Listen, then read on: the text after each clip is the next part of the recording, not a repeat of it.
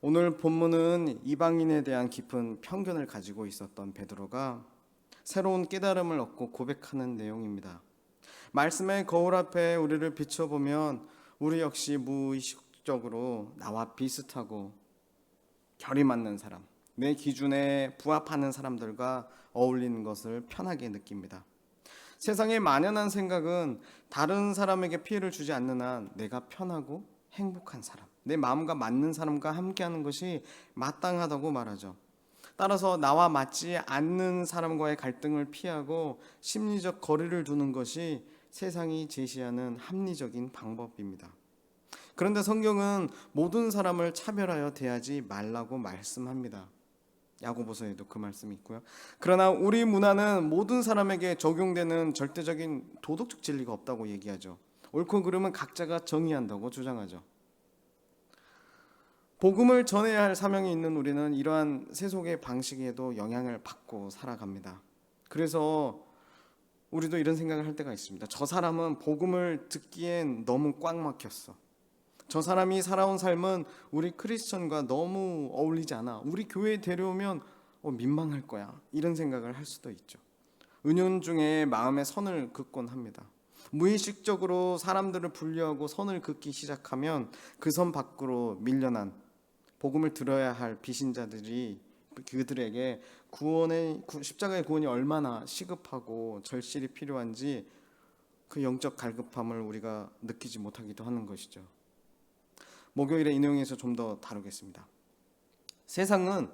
그러나 세상은 끼리끼리 모여가지고 소속감과 안정을 찾는 것이 당연하다고 합니다. 그러면서 교회가 이런 끼리끼리의 모습, 우리끼리 어떤 잘 사는 모습을 보이면 실망하고 손가락질을 합니다. 교회에 뭔가 기대하고 다를 거라는 기대감도 있었던 것이죠. 성경은 우리의 이러한 한계선으로 만들어진 모습에 대해서 무엇이라고 말씀하고 있을까요? 오늘 본문에서 베드로는 내가 참으로 하나님은 사람의 외모를 보지 아니하시고 각 나라 중 하나님을 경외하며 의를 행하는 사람을 다 받으시는 줄 깨달았도다 라고 선언합니다. 본래 유대인이 이방인과 교제하며 가까이 하는 것은 율법으로 엄격히 금지되어 있었습니다. 이방인은 유대인에게 멸시와 차별의 대상이었죠. 하지만 요한복음 4장을 보면 예수님이 일부러 사마리아로 가시는데 아마 베드로와 다른 제자들도 함께 간 걸 볼 수 있어요. 그래서 제자들은 자신을 구원하는 복음이 자기 민족의 전통과 선입견을 넘어서 전해져야 한다는 것을 어렴풋이나마 알고 있었을 것입니다.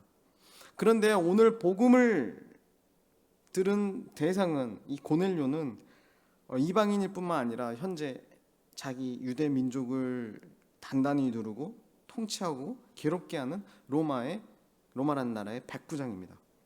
일제강점기에 일본 관원이 한국인을 대했던과 유사한 긴장감과 적대감이 있었을 것입니다. 베드로는 여전히 마음속에 그은 선을 지울 수가 없는 상황이었습니다. 베드로가 지붕 위에서 기도할 때 하늘에서 내려온 부정한 짐승들을 잡아먹으라는 환상을 그 환상을 본 장면을 떠올려 주십시오. 오늘 본문 바로 앞에 있는데요. 하나님의 명백한 지시 앞에서도 주여 그럴 수 없나이다 라고 두 번이나 거절했던 베드로의 마음의 선긋기, 완고함이 있죠. 보입니다. 우리 내면에도 또아리를 틀고 있는 이런 종교적 편견이 얼마나 깨어지기 힘든 것인지를 보여주는 것이죠. 그럼에도 결국 베드로는요 순종합니다. 그리고 하나님의 역사하심에 고백하죠.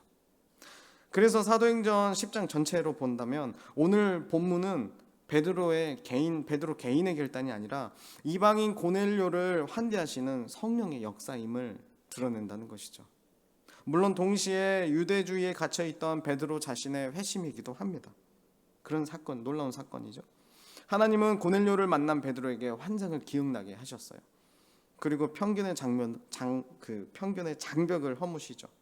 사도행전 11장 바로 뒷장에서는 베드로가 예루살렘에 올라가서 할례 받은 유대인 신자들의 비난을 듣습니다. 왜 이방인과 어울렸냐는 것이죠. 그것도 로마 사람이에요. 얼마나 모학했을까요? 그들은 베드로가 전하는 하나님의 역사를 그런데 듣습니다. 그리고 하나님을 결국 찬양하는 모습을 보이죠.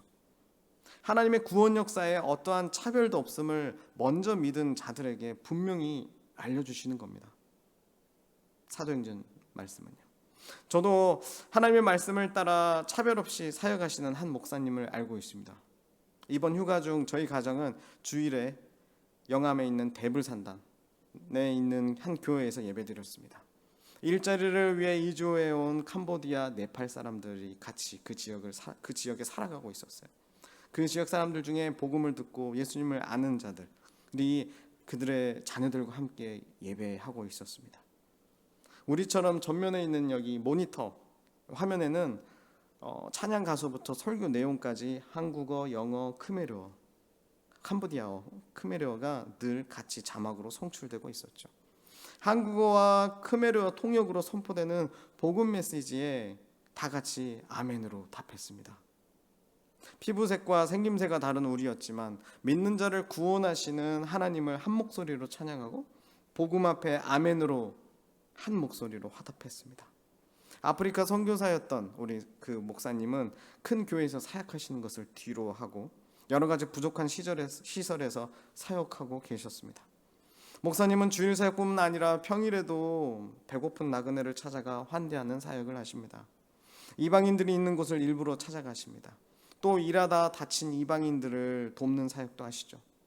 이방 나그네들은 낯선 한국 땅에서 아버지같이 사랑해주고 친구처럼 자신의 개인 사정을 돌봐주는 한국인을 통해 복음을 들었고 고백하고 있었습니다.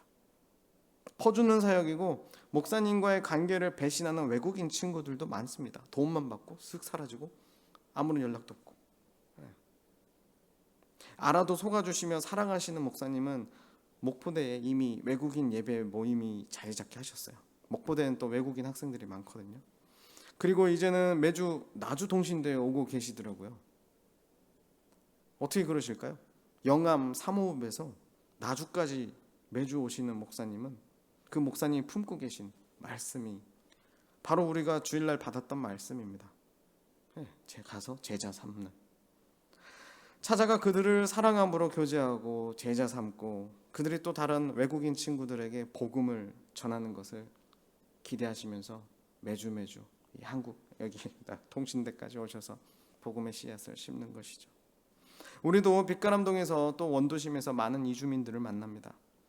일단 언어도 다르고 문화적 배경도 다르고 사는 방식, 가치관도 다른 그들에게 먼저 다가가기란 쉽지 않습니다. 내가 아는 복음을 어떻게 전해야 될까? 참 고민되고 어떻게 생각할까? 그게 참 고민되죠. 근데 또 한편으로는 같은 피부, 같은 언어, 같은 아파트, 같은 직장에 속하지만 마음에 선을 긋고 있는 사람과 같이 엘리베이터를 타면 괜시리 불편함도 느낍니다. 제가 사는 아파트에 막 덩치가 우락부락하고 늘 담배 냄새를 풍기며 엘리베이터 타는 젊은 20, 30대가 있어요. 근데 무서워, 가끔 무서워요. 이들에겐 자신들의 힘이 있고, 야 저렇게 차도 가끔가다 지나가다 보거든요. 멋있는 스포츠카 막 이런 거 타고 막 도대체 무슨 일을 할까? 뭐 이런 고민하면서도 제 마음에는 쉽사리 다가가지 않아요. 물론 인사는 반갑게 하는데 그래요. 제 마음속에 뭔가 있어요. 어려워요. 근데요, 나중에 이방인이나 우리 주변 이웃들에게 분명 그들도 복음을 들어야 한다는 거예요. 복음이 필요하다는 것입니다. 복음에 필요하지 않는 사람은 온 세상에 아무도 없어요. 오늘 본문은 차별 없는 복음 전파를 말씀하시는데 이것을 막아서는 우리의 마음속에 있는 벽이 분명히 있다는 걸 우리는 볼 수 있다는 것입니다. 뭐 언어가 내가 안 돼서 뭐가 안 돼서 내가 그 선을 스스로 긋고 있어요. 여러 상황과 사정이 있지만 가장 크게는 종교적 우월감과 편견이 있습니다. 복음을 전해도 반응하지 않을 것이라는 선입견과 그들의 상황, 그들의 종교관 속에 복음은 받아들이기 힘들 것이라는 종교적 우월감이 있어요.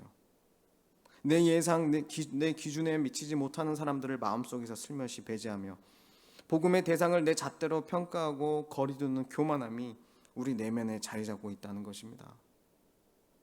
물론 그들 역시 자신들의 경험과 가치관 속에 우리를 통해 보는 기독교의 하나님을 한 종교의 신이라고 생각할 수도 있습니다.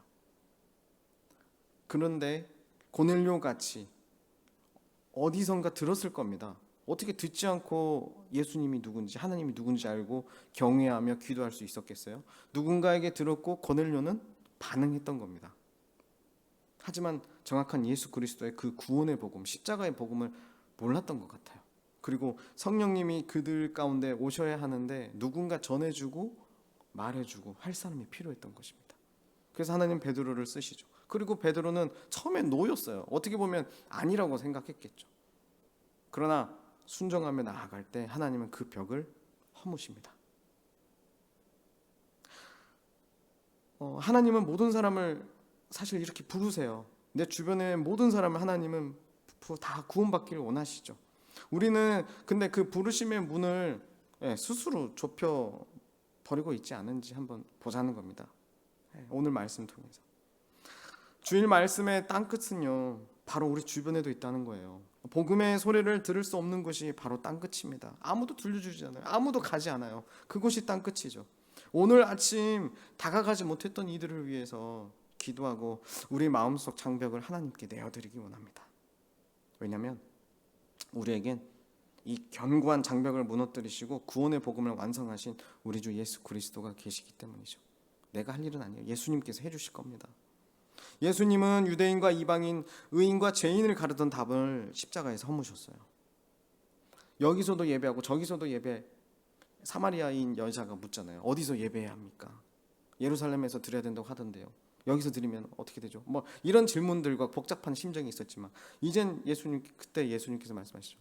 너희가 어디서나 어떻게 보면 너희가 진정으로 하나님 앞에 나아올 때가 있다. 그게 예수님께서 이 십자가에서 담을 허무시고 난 후인 것이죠.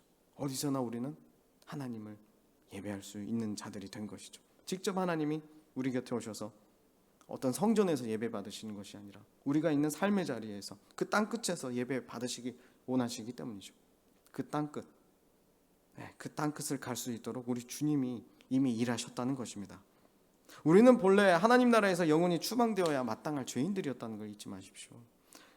그러나 그리스도께서 하신 일을 기억하십시오. 추방되었던 우리들을 다시 데려가기 위해서 이 땅으로 오셔서 십자가에서 추방당하셨다는 사실. 예수님은 우리가 이웃을 사랑하지 않고 거리 두는 죄를 제거하시고 종교적 우월감과 편견으로 이방인을 거부한 우리를 무한한 사랑으로 환대해 주셨습니다. 말씀 속에 비춰보면 우리 못난 모습이지만 예수님은 우리를 먼저 환대해 주신 분이라는 것입니다. 십자가는 자격 없는 자들을 향한 하나님의 가장 완전한 환대의 사건인 것이죠. 우리는 이 놀라운 대속의 은혜로 말미암아서 하나님의 가족이라는 자격을 얻고 구원의 식탁에 초대받았습니다. 하늘의 식탁에 초대받은 것이죠. 내 기준으로는 도저히 자격 없는 우리가 그 값없는 사랑을 받은 것입니다. 이 복음에 깊이 감사하며 이 사랑에 감사하며 오늘 이 아침 우리를 있는 그대로 품어주신 그리스도의 십자가의 그 사랑을 영접하고 또 경배했으면 합니다. 그리고 먼저 하나님의 식탁에 앉은 우리가 환대하며 초대할 이웃들을 생각하며 기도로 돌아보는 아침이었으면 합니다. 말씀 맺으려 합니다. 십자가의 은혜를 깊이 경험한 자에게 나와 다른 사람을 사랑하고 복음을 전하라는 명령은 더 이상 무거운 의무가 안 됩니다. 복음은 우리를 변화시키죠. 이방인과 같이 철저히 버려졌던 내가 무한한 환대를 받았음을 깨달았을 때 지상 대명령은 우리가 기꺼이 행하고자 하는 사명으로 변화됩니다. 오늘 아침 구원의 감격과 하나님의 사랑이 우리 기도 가운데 정말 충만해지기를 축원합니다. 하나님은 우리 교회를 전남 나주에 세우셨습니다. 나주와 빛가람동, 우리가 머무는 이 지역사회 안에서 우리가 굳게 쳐놓은 마음의 경계선 밖에 사람들에게 다가가는 일이 이제는 우리 한 사람 한 사람에게 정말 기쁨이 되기를 원합니다. 이주민과 낯선 이웃들을 향해 다가가는 일이 억지스러운 의무가 아니라 내가 받은 사랑의 감격이 흘러넘치는 자연스러운 걸음이 될 것입니다. 우리 내면에 있는 나만의 고넬료를 향해서 이번 주 그 땅끝에 있는 그 사람, 이번 주 따뜻한 눈인사 한번, 친절한 대화 한마디를 먼저 한번 건네보십시오.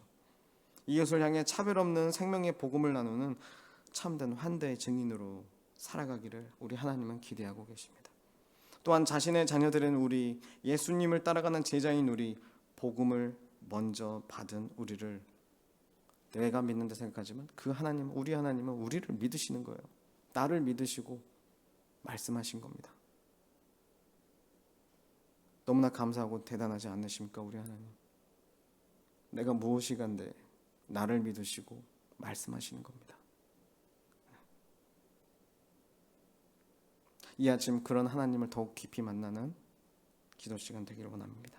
기도로 나아가겠습니다.